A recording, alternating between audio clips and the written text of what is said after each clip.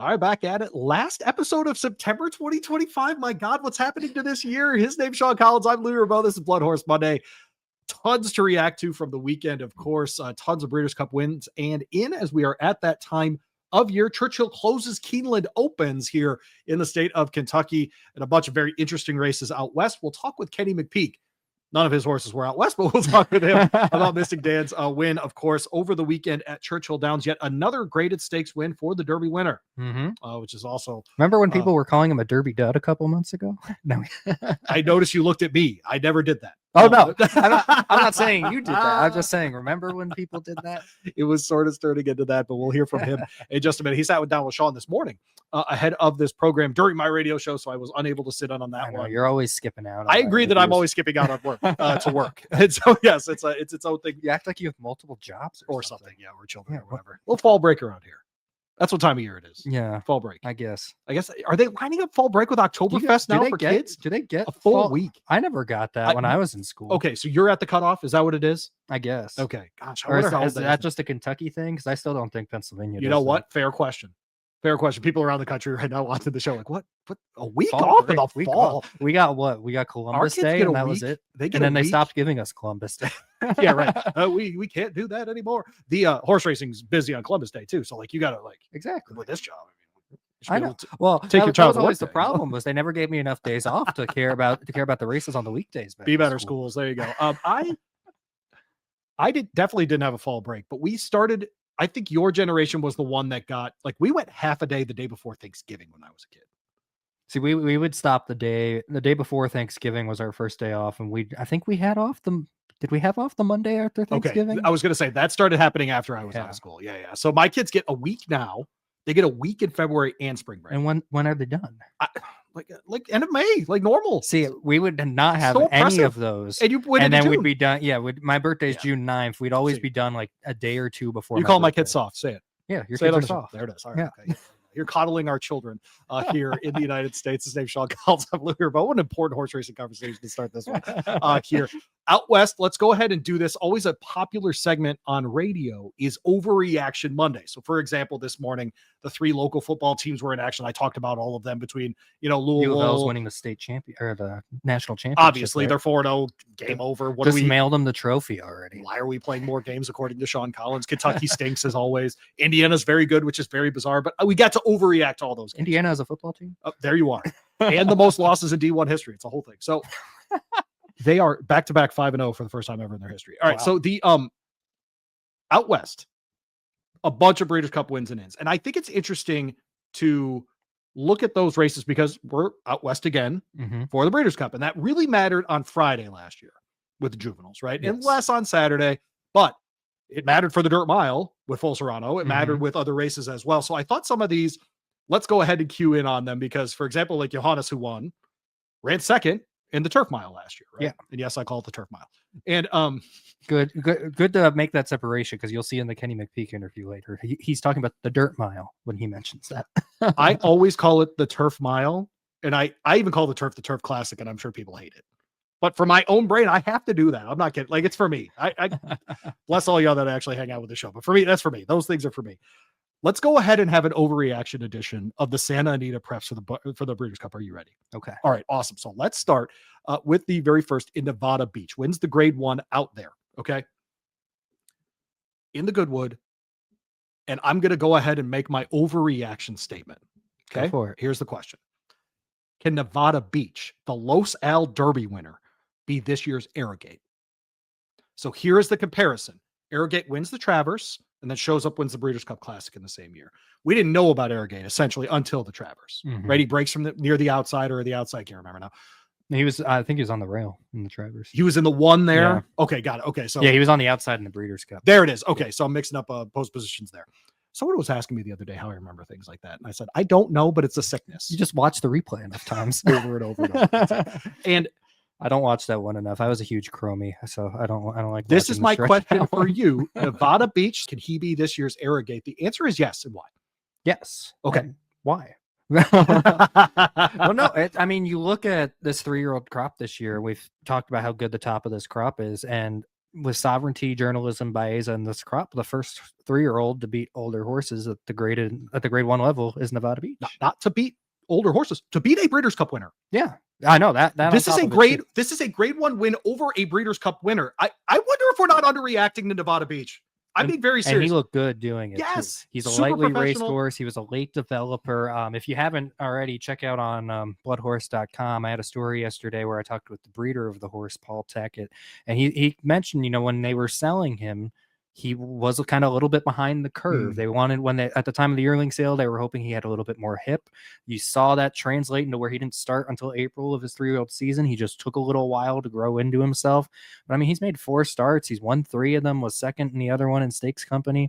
And he looked really good winning that race on Saturday. So I would, if he were to jump up and run huge here in the Breeders' Cup Classic, I wouldn't be surprised. I'm not calling him the winner necessarily, but Arrogate came out of the clouds, frankly, in that Traverse. And then, certainly there was a little buzz when you're trained by Bob Baffert, you're a 3-year-old. That's going to happen. I get it. That part is for sure true. This one off the radar, I wrote the other day in another piece, I thought he was the most likely long shot to be part of the equation. Boom, here we are a couple months later. But the layoff from the Los Al Derby to that race is very similar to the layoff to the Breeders' Cup Classic. I'm just saying, I don't know that he wins the Breeders' Cup Classic. Sovereignty is still sovereignty. Oh, yeah. Sierra Leone is still Sierra Leone. Fierceness just showed everybody what's up at Del Mar in the Pacific Classic, right? So there are horses in this group that I'm not setting aside for Nevada Beach. But dude, I was so impressed by him over the weekend, and less because I was surprised by it, but more just how he did it. Like you mentioned, he's just impressive, but he carries an interesting legacy of Omaha Beach, who did not get to run in the Derby. Right. Okay. So we got this legacy where we're trying to figure out Arrogate late developer. Could he be a late developer as well? I think he absolutely can be. You're seeing that distance between the Los Al Derby and the Goodwood, very similar to that, a little bit longer, a couple more weeks, but very similar to the Breeders' Cup Classic. I think they worked backwards from the BC Classic, and this might work out, man. Yeah, it might work out. And even if it doesn't work out, say he runs like a strong 2nd, 3rd, 4th, 5th in the Breeders' Cup Classic. You think about, as we're looking toward next year, he's on that upward swing for races like the Pegasus, where Baffert's not afraid to ship out to Saudi or to Dubai. He could be a big factor in one of those races. And then as the year goes on, as we're looking towards the Classic of his 4-year-old season, if his shortened campaign, I don't think we really have to worry about, even if he were to win the Classic, I don't think we have to worry about him retiring at the end of this year. So he's definitely one of those ones who has a lot of upside. And like you said, Arrogate put it all together at the end of his 3-year-old year. We know that's possible from this barn, from the Baffert barn. And so if he were to do the exact same thing, I wouldn't be surprised. He did really impress me a lot of times recently in some of these races, these big races in California. In recent years, we've been kind of questioning the competition that's been in those races. We have not had to do that with the Pacific Classic, with Fierceness and Journalism in there. We have not had to do that in this race either, because as you said, you had a Breeders' Cup winner in there, and he looked him in the eye and he ran past him. So I thought this was a great win. And First Mission was behind him too. That's a pretty nice horse as well. Yep. So I'm the future is bright for this horse, definitely. You know how tough this game is that we had Brad Cox on last week, and they're ready to go. First Mission's in the day after we hear about the Paco Lopez suspension. And then all of a sudden, we don't know who's riding him until about 3 hours before the race. And it's Humberto Rispoli, who has a very specific style with horses that did not fit First Mission.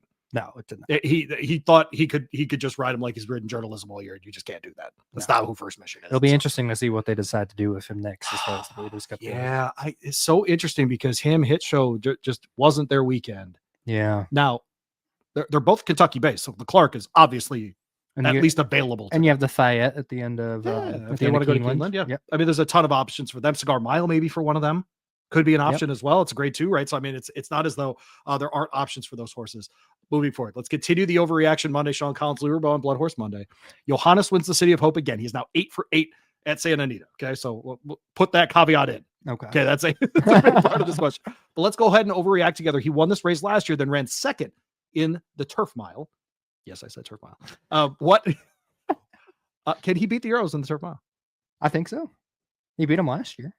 The only horse ahead of him was another American horse, more than Lux. Yeah. So I think so. Is that the underrated thing we don't talk about from last year's Breeders' Cup? Is that 2 turf horses from U.S. based ones finished 1-2 in the Turf Mile? Yeah, I think so. We didn't talk about that enough. We didn't talk about it at all. Yeah, but he's been a really good horse his whole career. The Breeders' Cup being in Southern California is definitely a plus. Totally agree. And I was happy to see. I mean, he ran so bad at Saratoga. It didn't make sense, frankly, how bad it was. Well, it was kind of an interesting choice as far as where to bring him back, to ship him all the way across the country. I know they wanted the grade 1, they wanted the prestige of Saratoga, but it was nice to see that didn't do anything to him, like negatively impact him at all, and that he came back home second off the layoff and bounced right back and looked powerful down the stretch run. So I definitely think he's one of the leading contenders. I don't know what's being pointed this way from Europe for that race for the mile, not the turf mile, but the mile. So we'll have to wait. We'll see what Kenny there, McPeek says about that. But yes, I think we definitely, he definitely has a shot to potentially one up what he did last year. There's no more than looks this year. So. I said many times last week previewing this race that I voted for him with my Eclipse Award vote last year. Yeah, because I thought he was the best, consistent runner in North America, won a bunch of big races, showed himself super well in the Breeders' Cup. And so, I was very disappointed he didn't win. Yeah. Like stunned and very disappointed. But I know. Well, the horse came over and ran one race here and where's Frank when you need him? All right. Cavalieri wins the Zenyatta. And I am not calling her Zenyatta at all. That's not what I'm doing. We're not going to overreact. Yeah, she moved up in the pack too early after being last. 5 for 5 lifetime. Off the layoff here. Looks like no worse for the time off at all. Let's overreact. She's a top 2 contender for the distaff. Ooh, that's an interesting one. Because obviously in that group, there are a lot of interesting contenders, not just as 4-year-olds, but as 3-year-olds as well. Mm-hmm. Right? So Cavalieri, obviously, in that 4-year-old group with Thorpedo Anna. Can't leave her out of any conversation in the distaff for sure. Frankly, I would leave her in the top 2 until someone dethrones her on that kind of stage. Or do you think she's been dethroned this year one time at Churchill, and that's enough to not have her in the top 2? Thorpedo Anna's not been dethroned. She's still number 1. Okay. All right. At a clear number 1. Okay. So would you go to like a Nitrogen next out of the 3-year-old crop? Would you go to a Good Cheer or a Lacaro? I look at a Dorfader. Okay. The way she ran, in the Ogden Phipps, the way that she ran against Thorpedo Anna in the personal ensign. Okay. One part that concerns me with her, she had that random kind of non-performance in the Molly Pitcher at Monmouth. That's true. I'll throw that one out, seeing how she bounced back in the personal ensign. So I put her kind of at the number 2. Okay. We'll find out where Nitrogen stacks up this weekend. I believe she's pointing to the Spinster Stakes here against Thorpedo Anna. But God bless those connections. Please give us more races. But Cavalieri is going to be. Look at you. I know. Don't say it again. Just keep. I know. I'm going to keep going. She is. I give her more credit for as far as where she's going to rank on my rankings going into the distaff this year, with it being at Del Mar, than if it was next year and she had to ship east to run at Keeneland. I don't hate that at all, because I do think that the older, even though Raging Sea and Randomized have been kind of iffy throughout the year, they run a good one, then they don't run a good one. I still think the talent level of that division is much higher on the eastern half of the country than out there on the western half. But in her defense, she's done nothing wrong in her races. You can only beat the horses that are in the starting gate. And she's going to get the home field advantage in this race, being at Del Mar. So I don't hate your take of having her in the top 2. I'm assuming with Thorpedo Anna. Yes. And at this point, but I don't know if I would put her there. Yeah, I would definitely. I would not have her in the top 2. By the way, I'm just doing the question for a thought experiment. Overreaction. That's exactly right. I do think she's a top 3 or 4 contender, though. I really do. I think she's that good. I agree with that. She's just such a smooth. She's got that Baffert, that classic Baffert look where it just seems effortless. They're willing to get the lead. They're willing to do, the stalking work. I just like her. I like her a lot. I think 5 for 5 is not ever a fluke. No, never fluke, especially when you're running at this level. Of course, BloodHorse Monday, Sean Collins, Rabaut, hanging out with you. So glad that you started your horse racing week with us. You started yours with a guy named Kenny McPeek. I did. Caught up with him. Was he in his office at Churchill and just avoiding you, or is he Keeneland? What's he doing? He's up at he's somewhere in Lexington. Okay, I assume at his farm up in Lexington. But yeah, he joined us. He had a big weekend this weekend with Mystik Dan taking down the Lukas Classic Stakes. We talked to him a little bit about that. He's obviously got Thorpedo Anna coming up here this weekend. He had some great things to say about both horses, as well as gave us a little insight on his mind. We all know Brian Hernandez got injured last week. We are happy to see that. It seems like unbelievable. It seems like he's bounced out of that all right. He's hoping to be back in time for the Breeders' Seriously, Cup. So. From our show, I know for Sean too, Brian, if you're anywhere near this, buddy. Heal up, bud. We're gonna miss you when you're not around. And first and foremost, I saw a quote from him like, "Oh yeah, a month and a half." I'm like, Brian, it's okay, bro. So chill out. Do what's best for you. Hang out with your kids. You'll be all right. Yeah, but jockeys are different though. You like to say it. They are. They're different. But we're glad to see that he's doing well. We got a little insight into Kenny McPeek's mind as far as how you go to find a replacement jockey in that scenario. He gave us a little bit on that. So let's go ahead and of course, Francisco gets it done. Here's Kenny McPeek from earlier this morning with our guy Sean Collins. Happy to be joined by trainer Kenny McPeek here on the podcast. A big weekend for you, Kenny, with Mystik Dan winning the Lukas Classic Stakes at Churchill Downs. A big weekend coming up with Thorpedo Anna among your many horses that you have running at Keeneland. But let's just start with the performance we saw from Mystik Dan over the weekend. This was really the first time we saw him have to chase someone down in the stretch and end up getting the victory. So what did you take away from that performance? Well, he's the ultimate professional. I mean, he in the paddock, this colt never turns a hair. He's really one of the easier horses you'll ever handle, and feel real fortunate to have, between him and Thorpedo Anna the last 2 years, the ride's been amazing, and he just continues on, keeps us going, doesn't he? Yeah. One of the things I really love that you always say about him is he's kind of like an old soul in the way that he acts. Just what qualifies being an old soul to you? Well, he just never turns a hair. I mean, he's very quiet. You could walk him around the barn with a shoestring. I mean, he's that easy. Yesterday we were at feed time, and Eric Saul, who walks him every day, he said, "Swear to you, I could drop the shank right here, go to the bathroom, come back, and he would still be standing there waiting for him to come get him." I mean, the horse is ultra intelligent. I think he's going to make a great stallion one day.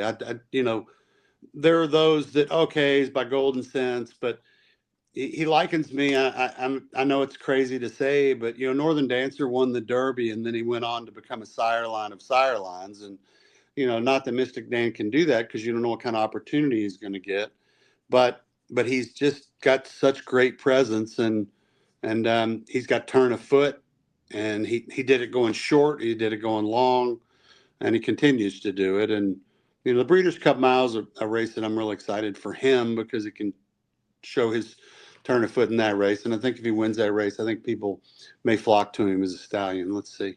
Yeah.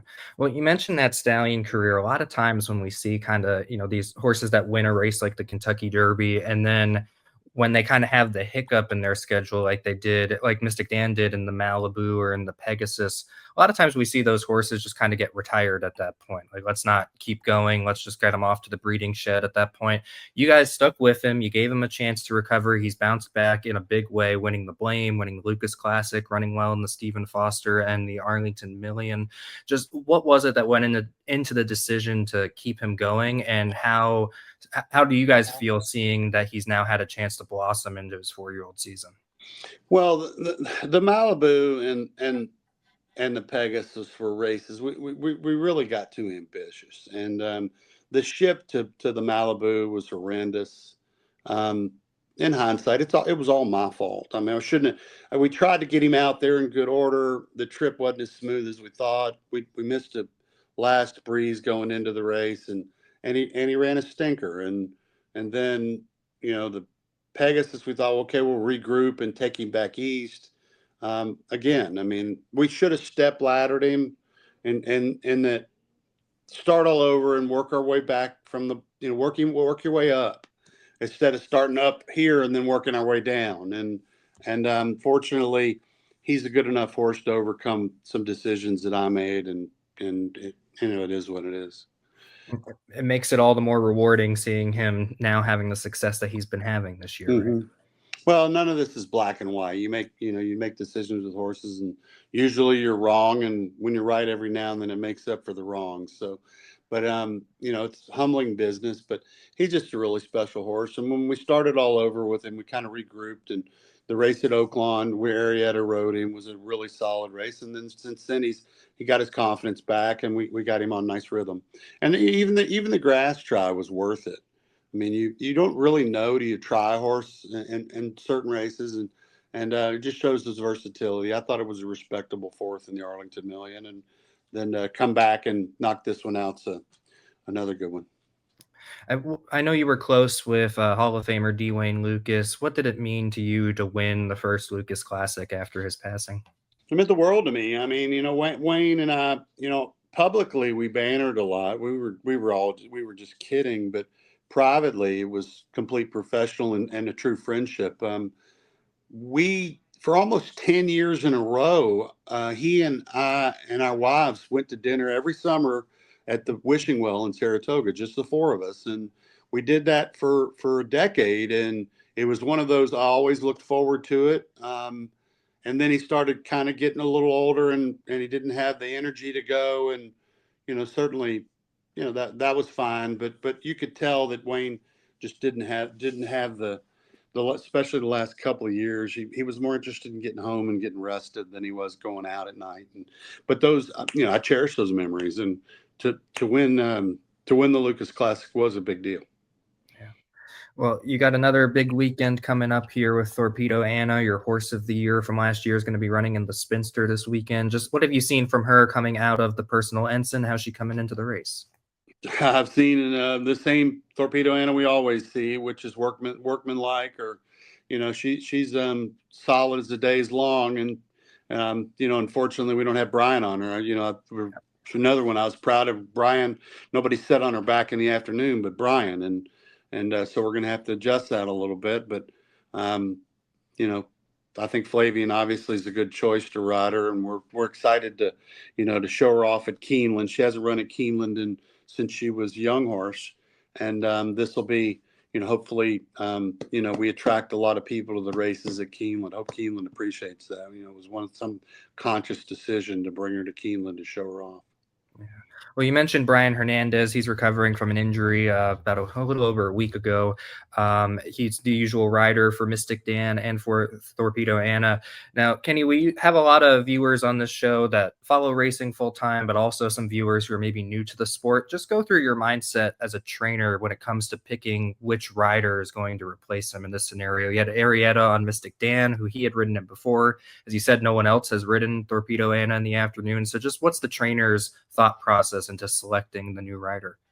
Well, the hardest part is sitting down and going through all of them, the needed rider changes, because we're so dependent upon Brian and his agent, Frank Bernice, of scouting out where we're going. And I mean, they're both a big part of the team now. With Brian down, Frank's continued to help us and help on making entries. And he's very valuable for us in that. And like even this morning, I mean, he helps me make the Keeneland entries and makes decisions. And we had to go across, across the spectrum on riders on who's going to replace whom. And then you got owners that are involved, and that's never easy either.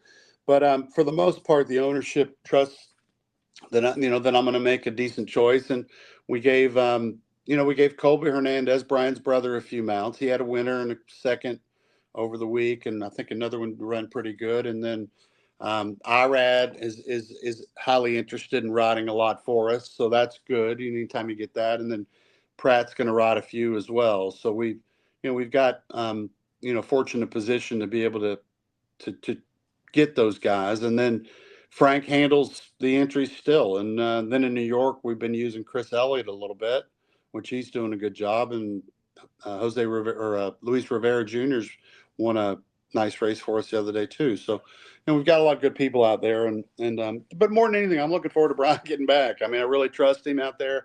He, the thing people don't realize about Brian is that Brian rarely checks the horse in a race. I think what he's great at is the flow of a horse underneath him and how they flow underneath him. And you don't have to be the strongest rider in the world, but you have to feel a horse to get them to utilize all their energy, all the wire. And that's really the main reason I use Brian Hernandez. And not beyond, that he's a, class act and, complete, consummate, gentleman, and his work ethics beyond others. Yeah, well, we're wishing a speedy recovery to Brian. Hopefully, I know he's wanting to make it back in time for the Breeders' Cup, so hopefully he'll make it there. But back to Thorpedo Anna this weekend, that personal ensign win, it was a narrow margin of victory that she had over Dorthader, but I feel like a lot of people have been kind of looking at her this year, kind of a lot of people are expecting at some point we're going to see her not be the horse that we expect. And from my opinion, even though it was a narrow margin of victory in her last race, she kind of showed that she is still that horse. And if not a better horse, the fact that she was able to dig in and win that race. What were your impressions of her race last time out? Well, she lost a week of training from the shipping. We shipped her to New York, and it was wicked hot, and she got a little overheated on the truck, and I lost a week of training over it, and so we really didn't have her cranked up for the personal instance so much as ready. And look, she does what she does. She goes out there and gets it. But the notion, like, I think the expectation is she's supposed to win easy every time. I mean, these races are tough races, but you know what? She gets it done. 7 grade ones, and for those that are waiting for her to run bad, I mean, they mugged her in the La Troyenne. I mean, she literally was attacked in the La Troyenne. That was ridiculous. I don't understand how they gave Flavian Pratt days for something in New York, and they didn't give Rosario days for what he did in the La Troyenne. I'm still mad about it. They mugged her. I mean, you know, and that was the only way they were going to beat her, and they did. But since then, they haven't. And they're not going to this weekend either. Okay. You have a new shooter in the field this time in Nitrogen, the 3-year-old filly. You know, she's obviously proven herself against the older horses that she's been facing this year. But what do you expect from her battle now with the 3-year-old fillies kind of jumping in this race and then the Breeders' Cup Distaff? No, she's a lovely filly. I mean, I think they've done a great job with her. I mean, but she's going to have to run 5 or 10 lengths faster than she's run.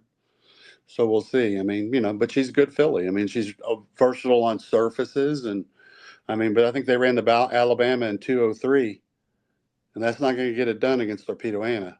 So, you know, we'll see. I mean, but, you know, unless my filly regresses for some reason and we don't see it. But, you know, look, that's what horse racing's about. And, you know, let's see if they can beat us. And I'll get you out of here on this last question. I know Thorpedo Anna is kind of the highlight of your weekend, but you're going to have some 2-year-olds running in the Alcibiades and the Breeders' Futurity. Just tell us a little bit about who you've got coming up in the 2-year-old ranks. Well, we were supposed to have 3 in the Alcibiades. Right now we've got the Grumpy Rabbit, and we've also got Go-To Girl, 2 fillies coming off mile wins at Ellis that we think a lot of. And we could have also had maybe another one Taken by the Wind won the Pocahontas for fun, and the state vets don't like the way that she moves. We don't agree, but they're not allowing her to run, which is very frustrating. The bureaucracy of these state vets is beyond comprehension. You know, we've had her looked at by Bramlage. But anyway, I'm going to vent a little frustration. She would be the favorite if she were allowed to run. We're sending her back to the clinic again and seeing if they can find anything there. And if they don't, I mean, I think we ought to be compensated myself. But anyway, you know, beyond that, we've got Blackout Time in the Futurity, a horse that we think's maybe one of the best young horses we've ever handled. And we've got Soloist, who's an Into Mischief filly out of Daddy's Little Darling, running in the Jessamine, and could have run better in her last race, but she got a little aggressive early in the Kentucky Downs fillies mile down there. This is a filly that could rebound and win the Jessamine. And then we've got a horse named JJ Gray in the Bourbon, which is a race that I've won several times. I know I've won 5 Alcibiades, 3 Futurities, and I've won several Jessamines and Bourbons, but we'd like to add to those tallies. I know you're a Lexington guy. There's always just something special about racing at Keeneland, isn't there? Oh yeah, for sure. You know, yeah, just you know, anytime I go to a home crowd, and it's a bunch of people that I went to high school, even, you know, younger than that I've known or all my life are right there at Keeneland during that meet, and so I get to say hello to a lot of you know, longtime friends, and we'll be there all weekend. We got horses running, you know, multiple horses running every day. Awesome. Well, thank you so much for taking the time with us here, Kenny, and best of luck to Thorpedo Anna and all your horses that you've got this weekend. All right. Thank you so much. All right. Wow. Okay. So here. Okay. Let's come back. Sean Collins, Louie from BloodHorse Monday. All right. So a couple weeks ago, Sean, you did a really good interview, and I opened the show lamenting that you don't need me around anymore. I have a new lament. Okay. I think Kenny McPeek should sit in this chair every Monday. Is that possible? Can I replace you? terrible news for me. Legitimately awful news for your boy. Goodness. Okay, there are 700 things to unpack. But I want to say one thing first. I'm here for every second of the you got to be 5 to 10 lengths faster than you've ever been talk. From Kenny McPeek. I'm here for every single second of it. I want it every day. I want it right here in my veins. I want all of it. You ever had you remember over the summer, I had you not come over to the studio to do the show because I had the flu and I had it for like more than a week. And it was, it's brutal. Summer flu, by the way, the bottom. It's the worst. Okay. I decided to go and get one of those vitamin IV bags just to feel better after the flu. Okay. Worked great. I'll do it again in the future. That interview is what I need next time I get sick, is in an IV bag, Kenny McPeek's energy just straight into my body.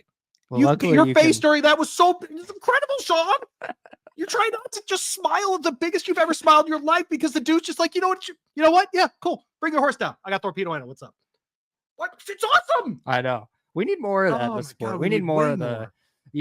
I always like going back and like reading, about horses back in like the late 1800s, the early 1900s. Smack talk used to be insane. Well, smack talk used to be insane, and the owners used to have all their bets, like their side bets with each other. My horse is going to beat your horse. Good. So we need more of that kind of. I would like to think, and Kenny, in a very personal moment there about the coach, about Wayne Lucas and winning that race for the first time after his passing, and I could tell with you too.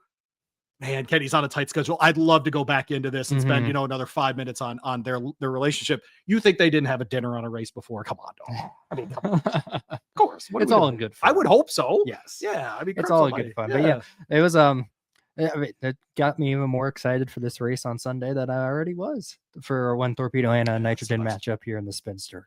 Because by the way, he's been that trainer.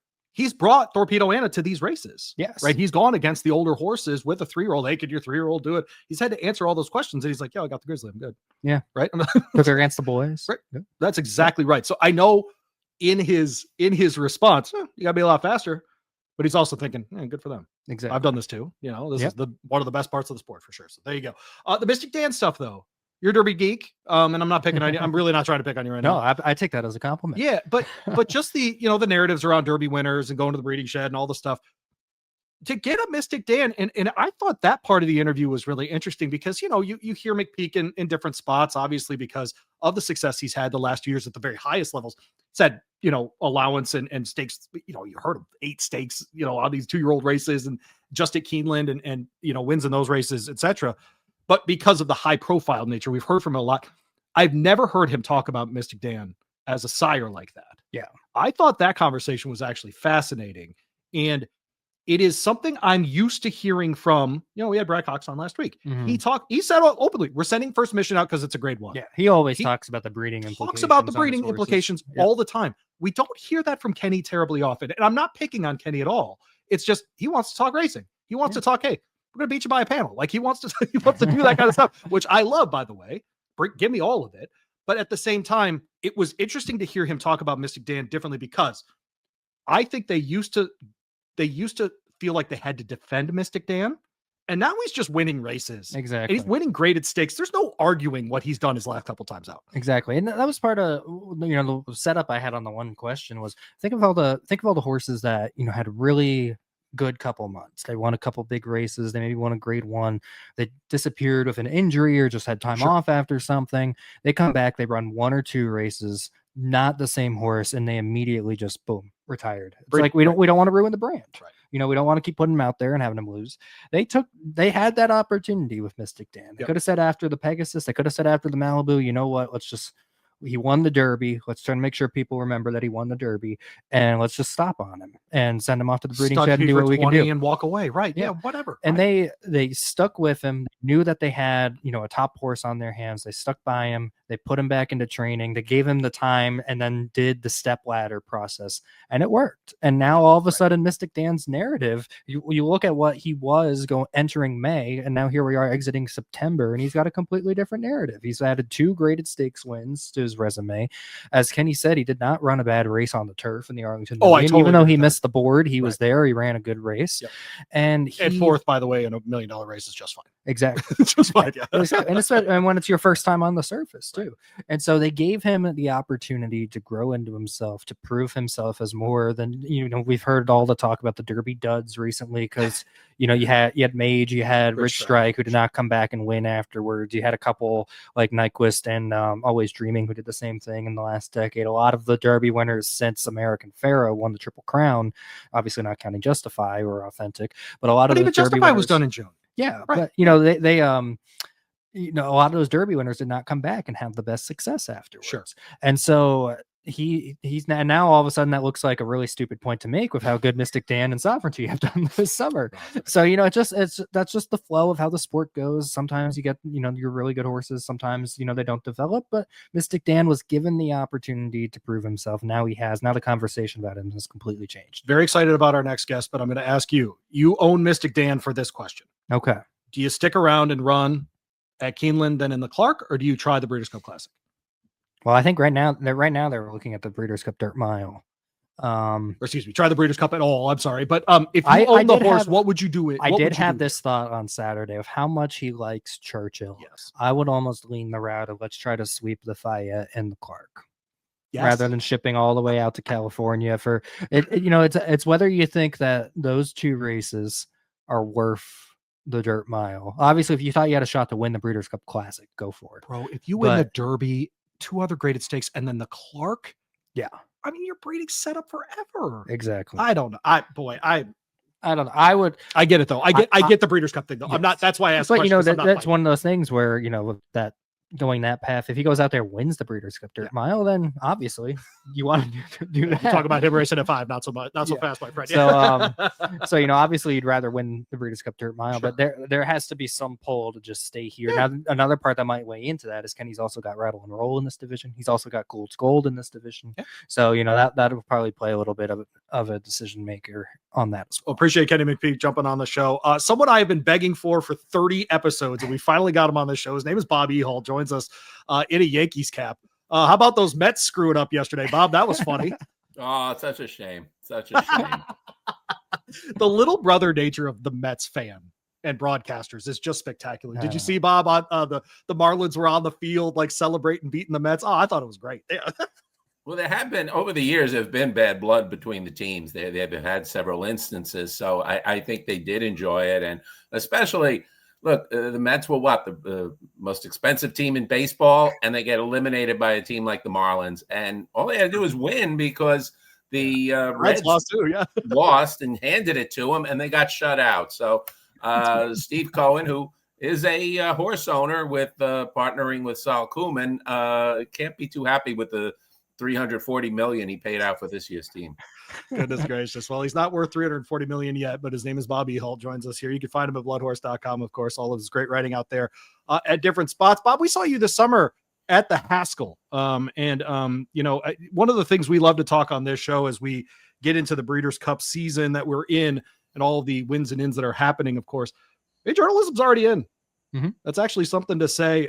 Thinking back on that day, Bob, and thinking back on the year, just kind of pick your brain this way. Who is the best, that group of 3-year-olds that you've seen this year? Obviously, you've been there for the Sovereignty wins, a couple of journalisms as well. Who was the best horse you saw on the East Coast this year in that 3-year-old group? Oh, definitely Sovereignty. I mean, there's no question. I mean, he's just been outstanding. I mean, he's been campaigned very, very well. You win the Derby, you win the Belmont, you win the Travers. I mean, that's the most impressive body of work anybody has put together in any division for the year. I mean, right now, Horse of the Year is his to win through the Classic, but he was by far the best. And to the credit, the 3-year-old class is really, I think, very, very deep, very strong. And the 3. Journalism, number 2, and Baeza, number 3. They really kind of separated themselves from the rest of the 3-year-olds, even a little later in the year when sometimes somebody kind of comes out of the woodwork and becomes a real contender for that 3-year-old title. That really hasn't happened as those 3 have separated themselves. Well, we had a big weekend at Aqueduct this past weekend. I know you were up there for those races, and the feature race, one of the feature races was the Woodward Stakes, where we saw Locked kind of run against the pace setup and end up being able to run down Falaise Fog. I know this wasn't necessarily the top of the older division we have in New York with Sierra Leone, Fierceness, Mindframe not being in the race, but what were your takeaways from the Woodward? Well, I think it was exactly what they wanted for Locke. I mean, it kind of got him out of that little funk, which wasn't horrible. I mean, you're running third in the Suburban, fourth in the Ali Sheba. The fourth in the Ali Sheba was probably a lot more disappointing, but it showed him back in good form. Now, there are a couple of caveats you take away from it. One, it was at Aqueduct, where he does seem to run very well. But the other thing, like I mentioned about those 3-year-olds, I think when you look at the Breeders' Cup Classic, and I can go back to the first one, I'm that old, that it probably might be the best and deepest field coming together, where you have Fierceness, Sierra Leone, Mindframe, Sovereignty, Journalism, Baeza, and maybe Forever Young if he, gets back into the form that they need. When you have those 7, that's a tough field to crack. So I don't know, and especially with the Eclipse people who own the half share, the share of Locked and Journalism, maybe he might be better suited for the dirt mile. It is 2 turns at Del Mar, and I just think if you're other than those 7 I mentioned, if you're looking to get into the Classic, I think you're looking at 8. You're hoping to finish 8th. Bob Ehalt with us from BloodHorse, of course, bloodhorse.com for everything Bob's working on. You were at the Big A, and Rebels Romance shows up. What was that like? Does he look like a horse that can repeat in the Breeders' Cup? Oh, geez, I think he looks like he's one of your singles. I mean, I think it's tough to find anybody who's going to beat him off what we saw on Saturday. I mean, he really he just took charge, and Frankie made a good move to the lead, and he just dominated that field, and it was a pretty good field of New York horses. I mean, you had his stablemate El Corredobes, you had you had the Farbridge. You had a pretty good field. Redistricting ran pretty well for Chad Brown to get second, but there was no doubt who was the winner. And like I say, at this moment, I'm not sure who you would want to bet on against him in the turf.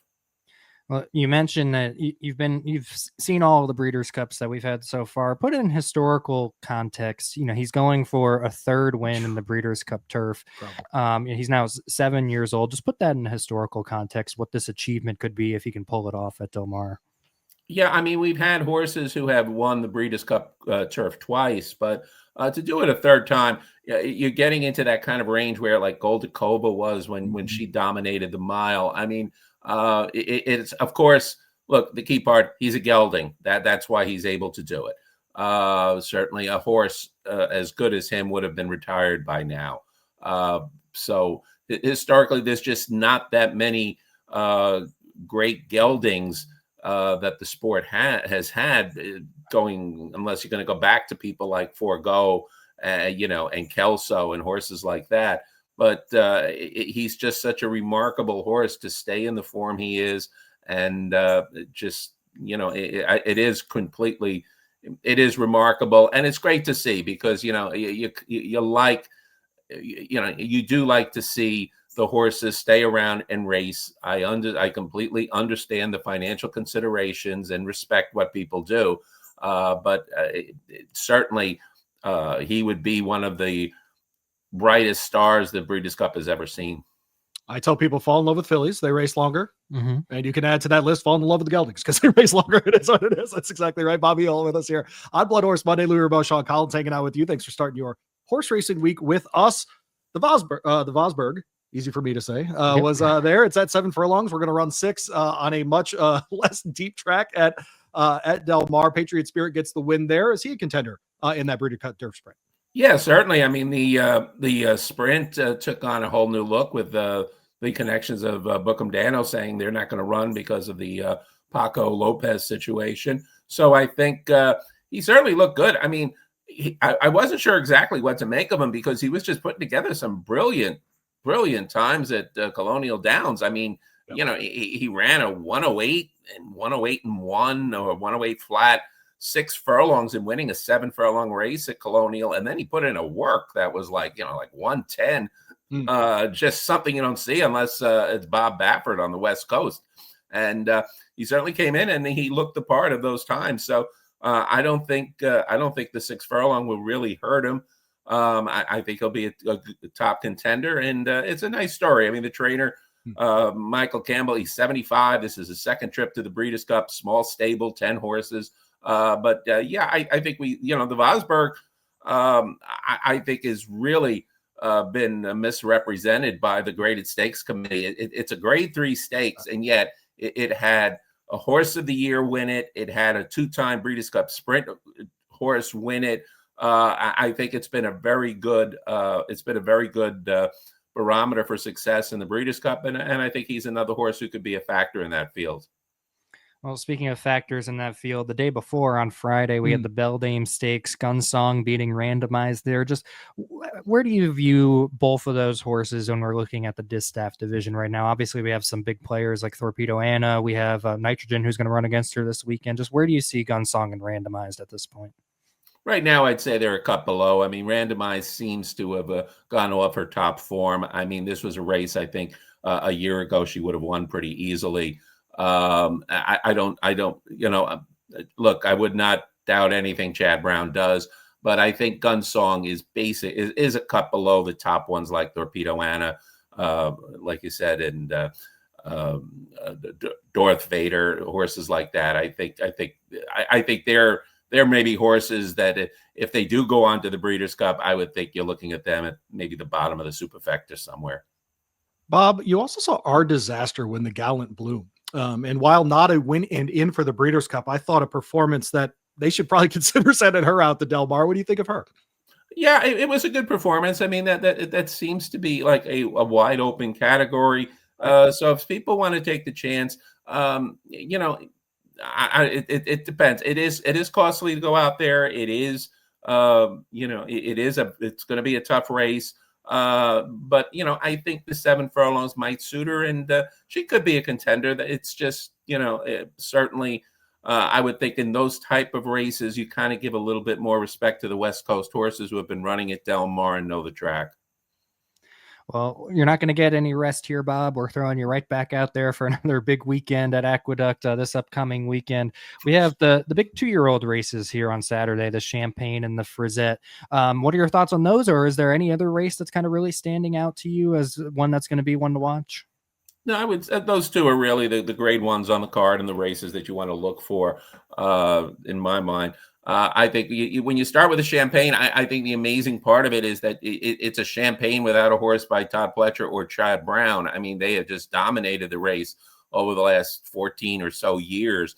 So some other guys are going to get a chance to pick up on that grade 1, which is a very big race for breeding. I mean, we talk about, breeding is not as easy as some people might seem. I mean, like, you win a race like the Belmont Stakes at 1.5 miles, and the breeders are but you win the Champagne at a mile as a 2-year-old, and you're going to get a pretty good stud fee, stud contract. So this could be a big race in determining horses, and we're going to see a lot. I mean, certainly there's the Buzz horse is definitely it's not our time, and I think it's our time. It is his time. It's our time. He really looked phenomenal. I mean, my gosh, you win by 17 lengths in a debut race in fantastic time. So we're going to find out if he's the real deal on Saturday. Competitive. There's some interesting horses again that are going to be in there who could we'll see if they challenge him. Speed figure wise, they're going to have to step up. I thought Napoleon Solo looked like an interesting possibility. He's a horse from owner Al Gold, who likes to name some of his horses after TV characters. Like I'll throw this one out and see if you guys know it. You might know Napoleon Solo, but like he has Hop Sing. Now, do you guys know who Hop Sing is? Okay, I know the Hop Sing joke from Seinfeld. That I'm not familiar with, but Okay, so that's what when TV show was Hop Sing on? That one I don't know, but Elaine was dating a communist whose parents hung out at Hop Sings because they were blacklisted like the culture in New York City. No, this is an important Seinfeld moment. You watch your mouth, Sean Collins. It's and so that's the only Hop Sing reference that I know. Okay, well, Hop Sing was the cook on Bonanza. Oh, okay. All right, there you go. Okay. Now you got to go back. You got to go back because that was a long time ago in the 60s, and Bonanza was always a very big TV series to me because I lived out in Queens Village, right across the street. It wasn't the street; it was across Island Parkway from the parking lots at Belmont. And my relatives lived in Canarsie, and they had to ride the Belt Parkway to go home. So when they would come over for dinner, my uncle Jack would Giacomo actually, but Jack would come over and say he would start yelling at my Aunt Rose at around 6:30. Come on, Rose, we got to go home. Bonanza's on. So Uncle Jack and Aunt Rose either left right around then, or they had to stay till 10 o'clock when Bonanza was over because my uncle would not. There was no VCRs back in the 60s, so he would not miss a minute of Bonanza. So I got to see a lot about Hop Sing. By the way, I want to say this, and I know this is a very important Hop Sing conversation. I think the Champagne is the best 2-year-old race. I wouldn't argue because the past winner list is unbelievable. Just since 2000, listen to some of these. Okay. First Samurai, Scat Daddy, Birdstone, Uncle Mo, Union Rag, Shanghai Bobby, Daredevil, Practical Joke, Frenzy Fire, Complexity, Tis the Law, Jackie's Warrior, Jack Christopher, Blazing Sevens, Timberlake, and Chancer McPatrick. I'm sorry, that is the grade 1-iest of grade 1s. Yeah, that is it. I actually, Bob, would you, if someone made the argument that based on the winners list at least, the Champagne's the best 2-year-old race, would you at least hear the argument?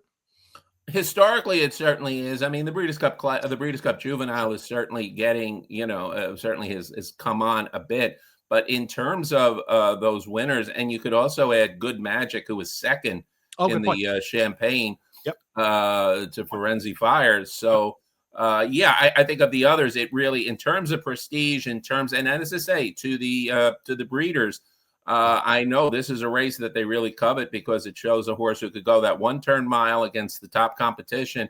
That's what they're kind of looking for in the stallions. So it definitely is. Yeah, in my mind, I think the Breeders' Cup Juvenile could give it a run lately, but historically, especially if you go back to the 70s and look at the horses who won this race, it's just phenomenal.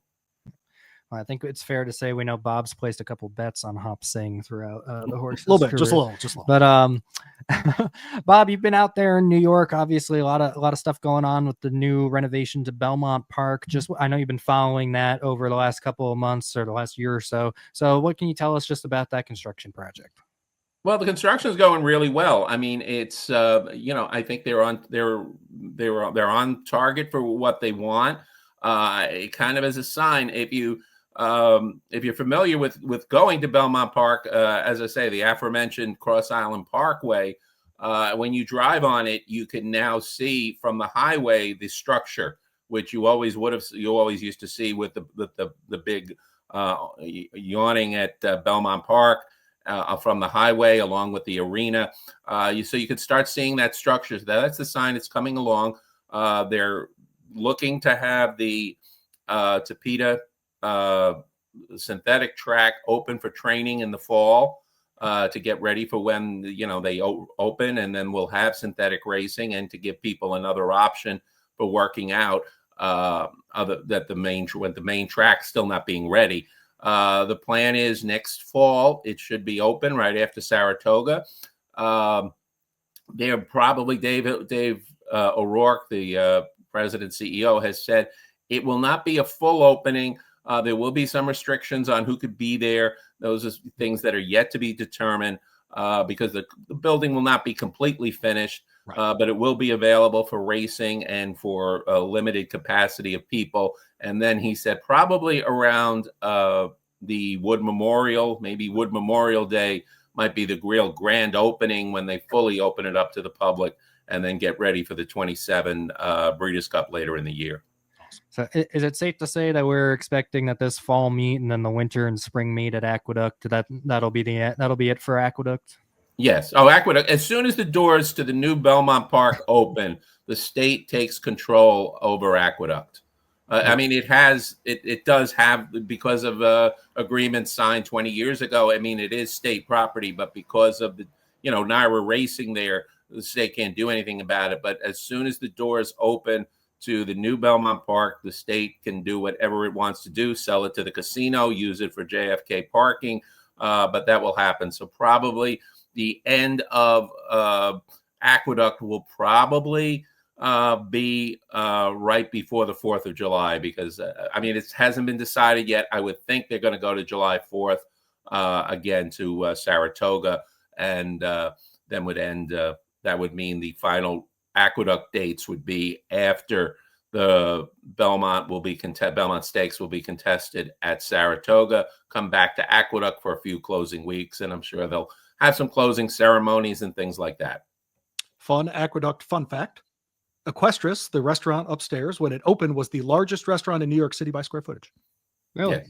How about that? Yes. Huh. So there you go. I've done radio in Equestris. There you go. No, it's big. It's a big. It's like a banquet hall. I mean, basically, it's basically like a banquet hall. It was very good for its time.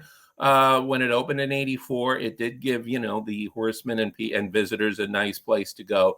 These days they just don't get the traffic in it as much. And things like that. But that's one of the other fun facts where, like, about the tracks at Belmont, which the other one I'll point out, the old Belmont Park, if you were able to stand it on its side, it was as tall. It would be as tall as the Empire State Building. Yep. Yeah. Awesome. That was the fact about the old. That's how big the old Belmont Park was. This one's going to be considerably smaller. Maybe it'll fit 15,000.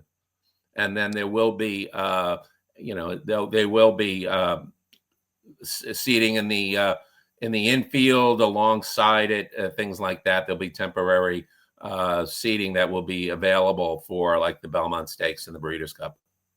Well, he is Bob Ehalt. Find him at bloodhorse.com. There's a racing tab at the top of the page. Yep.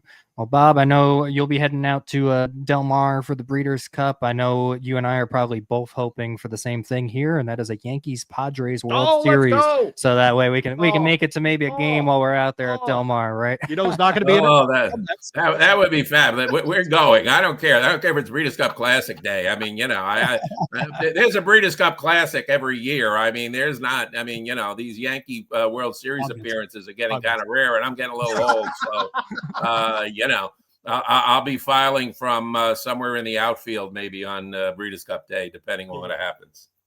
Go hide in that fake warehouse they have in left field. Yeah, I'll be somewhere. Hey, I covered the Kentucky Derby from a closet with my alone trip there, so I could cover a Breeders' Cup Classic from a ballpark. There you go. Yeah, that closet's still there. Sean and I have had to use it before. So there you go. Bobby Ehalt, find him at bloodhorse.com. Thanks, Bob.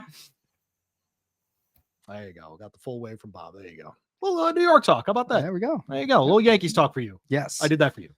Good. I really I appreciate it. We're lucky. The Mets jokes are funny, though, because they spent all the money. Oh, yeah. And with fun. taking Juan Soto, it just makes it even better. I texted my dad yesterday. I said, I wonder what Juan Soto has planned for his October, because he's got a free schedule now. But we're lucky here at Blood Horse. We have a nice little group of Yankee fans between myself, Bob, and Joe Perez. We were at the Breeders' Cup. I like Bob or Joe the Perez. I don't see it's too many. That's one. you and Bob. That's fine. Joe's a little too much. Appreciate Bob jumping on the show here. Odd Blood Horse Monday. I would say we have a bunch of races to look forward to, but Kenny kind of did that for us. Yeah, and Bob just did that for us. Yeah. Is there one in particular though that you're looking forward to? Is it Thorpedo Anna at Keeneland? Yes, okay. I'm very much looking forward to because we're going to be there. Come on, you know me. You know which races. which races I want to watch this weekend. What's that, Sean? The 2-year-old races. Why is that, Sean? Because they're on the road to the Kentucky Derby. So we're gonna have some good 2-year-old races. I'm excited for the Breeders' Futurity. Kenny giving. That's always. By the way, alongside the Champagne, I think of those as like the 2-year-old races of record in the fall. I want to be really clear. Yeah. Because like we just had the Iroquois, and I'm not picking on the Iroquois at all. Yes, you are. But that's not a predictor of great long-term success usually, right? Yeah. So the list I just read off in the Champagne does not exist for the Iroquois. No, it's okay, right? It just doesn't. No, the Breeders' Futurity, it does. Now it's interesting. Well, it's like the Champagne. The Champagne's the 1-turn mile option for them, and then the Breeders' Futurity is if you want to try the 2 turns option. Because you look at Ted Naffy, who's in this race after winning the Hopeful at 7 furlongs. It's like he's New York based, it would make sense for them to stay in New York, but they're going to give it the shot at the 2 turns ahead of the Breeders' Cup. So they're out there for the Breeders' Futurity. Plus, Same thing that with mile and a 16th at Keeneland. the short stretch, Short stretch the second plays wire. like Del Mar, actually, right? So frankly, if you're going to find out if your horse can do the 2-turn thing, that short stretch at Keeneland, then flipping to the short stretch at Del Mar does seem to make sense. And that's why Ewing's in this race too. Ewing was after the Saratoga Special, they had originally said we're going to the Iroquois, and then I heard from our good friend Griffin Johnson about a week or so later, they're like, actually, we're going to go to Keeneland, and we're going to try to 2 turns with him and see what we got ahead of the Breeders' Cup. So we hanging out with Griffin on Saturday to the show. I would Is that how this so. works? Yes, I would think that we are. Okay. But on top Should of I that, get another haircut? yes, you Okay. should definitely get a haircut. Clean this up You look again. like you need it. So bald. But we're looking at It happens also. quick, Shane. I mean, Kenny spoke very highly of Blackout Time. There, Yeah, saying that's that one of was- the best young horses that they. Okay, that they so we worked didn't with. even mention that. Bob jumped on, and I didn't want to make Bob wait longer than we did. That part of the interview too, one of the best that we've had in the barn. So things happen when you have a Derby winner. Better horses show up for sure, right? It's not as though Kenny hasn't had great horses over the years, for sure, but just the volume of good horses that he has now that are like good to great or great to awesome is considerably more. This is one of them. Well, Kenny's made his living, getting horses for cheap and turning them into stars. And then when you win a race like the Kentucky Derby and you have a horse like Thorpedo Anna alongside of that, all of a sudden you have the people who have a little extra cash to spend at the sales, giving you a little bit more leeway. Well, and you can start looking at those people more that you expensive helped buy horses. cheap horses have a little more money now too. That too, yes. You win a Derby, you get a couple, and dollars. they got a little more confidence. Like, oh, look what Kenny just did with that horse. What if I gave him a good horse? I will say this. The training job he's done with Mystik Dan should remove all doubts about his ability to train a horse over a long period of time. Yes. All doubts. Yep. Every single one of them. Exactly. Because that horse, everyone rode off forever in December. After the Malibu, people were done with that horse. Yes. It's been an incredible run through 2025. He deserves an unbelievable amount of credit. He does. For everything with Mystik Dan. But yes, I'd say the Breeders' Futurity is probably, after the Spinster's definitely up there, but I'd say the Breeders' Futurity for me is right up there with it. I'll obviously be keeping my eye on the Champagne out in New York and the American I always Pharoah love the out in Jessamine. California. I'm such a geek for the Jessamine just because That's it's going to always be a good race. 100 horses in it. It's always like 8 of them. I'm like, no, she could win. Like just 8 of them every year. I feel like that. It's always a great race. I feel like it's always a blanket finish. I always get excited. Last year was a 3-way photo finish, I think, if I remember correctly.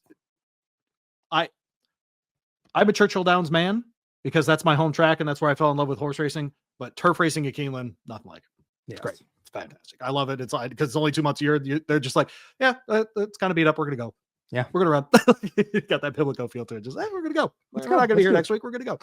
All right, Sean. Well, you know who will be here next week? You and I. That's true. Yes. And probably Frank Angst. Probably because we keep dragging him back. Yes, we do. I was right about Bob Ehalt, by the way. You've been wanting to have him on for since we started the show. I love handicappers, man. I understand them, and Bob's he's one of the goats, man. Yes, and we're very lucky at BloodHorse. Frank's not here, so I'll do the little pitch here. We're very lucky at BloodHorse to have Bob Ehalt on our team. He does a lot of great work for us out in New York. You can make sure that you check out everything that he does for us online on bloodhorse.com. He had a great article yesterday where he talked to Aaron Wellman of Eclipse about journalism potentially coming back as a 4-year-old, and the ways that they're weighing that decision right now, some of those things. So make sure that you check that out online. Also, he's always our number one go-to guy when we want to talk things Mike Poley. So he's always in good. He's incredibly Mike, connected in New York. That's yes, right. He's very well connected in New York. So make sure you always give Bob a read. On top of all of that, he's just a phenomenal writer too. Yeah. On top of that, you're always interested when you're reading his stories. So make sure you check Bob Ehalt out on bloodhorse.com. Make sure you see on the bottom of the screen there. I'm going to cut into your thing a little bit here. You see on the bottom of the screen, if you're watching us on YouTube or Spotify, you have the QR code on the bottom to subscribe to BloodHorse Magazine. Make sure that you get that for the coffee table, as Louie likes to say. And it's beautiful. It is beautiful. It's got sovereignty on the cover right now. Actually, it's beautiful. Sorry. It's got sovereignty on the cover. It's actually beautiful. It's got sovereignty on the cover right now. So if you're crazy like me and you like having anything that has a Kentucky Derby winner on it, you got to make sure that you get this for your collection as well.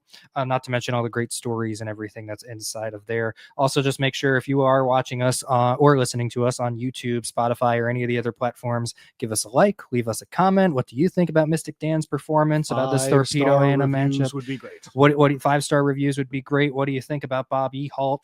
Are you rooting for the Yankees here in the playoffs? And if you're not, then just stop listening. Call the Mets bums. Do it on YouTube. Let's start the Mets suck comments in our comments section here. Let's get that going. Oh man, Did I do okay on you that? did great. All right. Why'd you take off that? Let's put that QR code back up there. BloodHorse.com. You can check it out the daily as well. Emailed to you every single morning. Sean loves working on it, so you can get it straight to start your day. Totally free to your inbox. But hey, with Blood Horse Magazine, I'm going to start talking about this because I think if people start knowing that they can just have this sent to their house, the Stallion Registry can be sent to your house as part of your annual membership. Yes. With Blood Horse Magazine, your annual subscription. Excuse me. If you think you are a horse racing fan and wouldn't enjoy a Stallion Registry, you're out of your mind. That's awesome. It's so fun. It is so fun to get lost in those things. It really is. Before I worked with Blood Horse and I worked at the Kentucky Derby Museum, we had a Stallion Registry in the back closet and we just flip through it. Just absolutely. Pick out random horses and look at it. Yep. No, you could get lost in a lot of that information for hours just looking through all the different horses. There's so much to read in there, so I definitely recommend it. Tons of race recaps next week. We'll get you continually ready for our trip out to Blood Horse. We're Blood Horse out to the Breeders' Cup. And of course, by the way, we're going to have a ton of coverage out there Thursday, Friday, and Saturday, a Breeders' Cup week. You'll see Sean's face. You'll see my face as part of our coverage out there. We'll bring some other friends along with us, so it's a little less scary. But again, QR code at the bottom of the screen for Blood Horse Magazine. Probably. Listen, as long as he's not at the Yankees Padres World here's Series. The problem is, again, I don't need to be shoved out of this job. Bobby Holtz. See, this isn't. We'll see you next week. Yeah. Well, I'm up. We don't know about Louie. We'll find that part out. The Blood Horse is dedicated to the improvement of thoroughbred breeding and racing for over 100 years. Don't forget to like, subscribe, and save Blood Horse Monday on all your platforms.